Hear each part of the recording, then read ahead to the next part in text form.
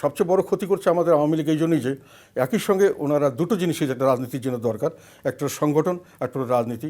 সংগঠন না থাকলে রাজনীতি করা যায় না, রাজনীতি না থাকলে সংগঠন টিকে না। ওই দুটোতেই তারা হাত দিয়েছিল এবং দুটোকে আমাদের কম্প্রোমাইজ করে চলতে হয়েছে।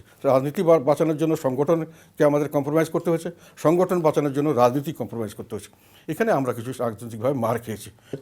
91-এর পর থেকে জাতীয় পার্টির অস্তিত্বের উপরে আঘাত এসেছে বারংবার। একটা আঘাত করেছে প্রথমে বিএনপি, তবে তাদের আঘাতটা ছিল যে মানে দলীয় কাঠামোর উপরে, দলকে দাঁড়াতে দেবে না। এরশাদ সাহেবের বিরুদ্ধে প্রচুর মামলা দেওয়া হলো। ওনার বাসায় একটা রিভলভার ছিল যেটা গিফট হিসাবে ইউজেবল না, উনি সেটা জমা দিয়েছিলেন ওনার প্রতিনিধিকে দিয়ে, যে সময়টা জমা দেওয়ার অ্যালাউড টাইম ছিল, যে সময় এর জন্য কেস হবে না। তারপরে ওনাকে 10 বছর সাজা দেওয়া হয়েছিল এবং তারপরে ওনাকে আর একটা মঞ্জুর মামলাকে 14 বছর পরে মামলা দিয়ে সেই মামলাটা আজীবন ওনার 24 বছর পর্যন্ত টেনে নিয়ে যাওয়া হয়েছে। প্রায় 19 বা 20 বার ফাইনাল স্টেজে এসে যখন ওনাকে রায় দেওয়ার কথা, সেখানে জাজকে চেঞ্জ করে আবার নতুন করে শুনানি করা হয়েছে। এভাবে জিনিসটাকে ঝুলিয়ে রাখা হয়েছে। উনি একবার একেবারে মৃত্যু পথযাত্রী, মানে বলা যায় বিলোডিবিন 27, 28 বা 29 হয়ে গেছিলো যখন ডাক্তাররাই ওনাকে মৃত ঘোষণা করেছিলেন। তখনও ওনাকে পিজি হাসপাতালে চিকিৎসা করতে দেওয়া হয়নি, আমাদের পার্টি অফিস খুলতে দেওয়া হয়নি, 144 জারি করে বিভিন্ন সভা সমাবেশ করতে দেওয়া হয়নি, পার্টির লোকদেরকে নির্যাতন করা হয়েছে, বিভিন্নভাবে নিবর্তনমূলক মামলা দেওয়া হয়েছিল। এইভাবে তারা পার্টির সংগঠনটাকে ধ্বংস করার চেষ্টা করেছে। এটা তো একটা বড় ধাক্কা ছিল। তবে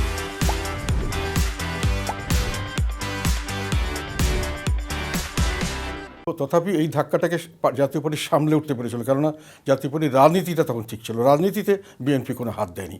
কাজেই আমরা তখন জাতীয় পার্টির লোকে মনে করেছে আমার রাজনীতি আছে, আমরা জুলুমবাজি শিকার হচ্ছি, আমরা বিভিন্নভাবে আমরা আমরা আমাদেরকে অত্যাচার করা হচ্ছে, আমরা নিপীড়ন করা হচ্ছে, এটা থেকে আমাদের উত্তরণের জন্য আমাদের রাজনীতি করতে হবে।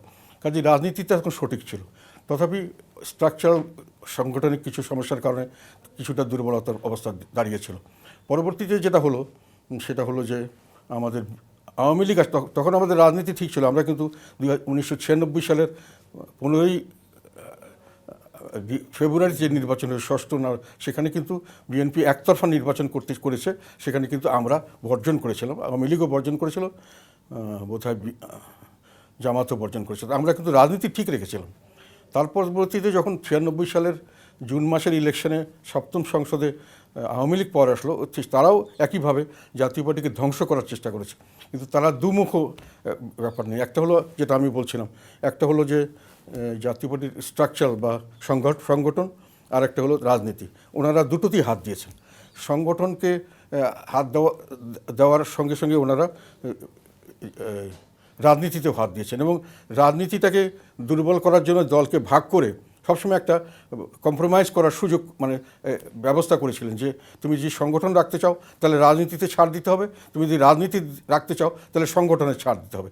এইভাবে রাজনৈতিক দল আমাদের দলকে বিভিন্নভাবে মানে রাজনীতি শূন্য করার অবস্থা করেছেন।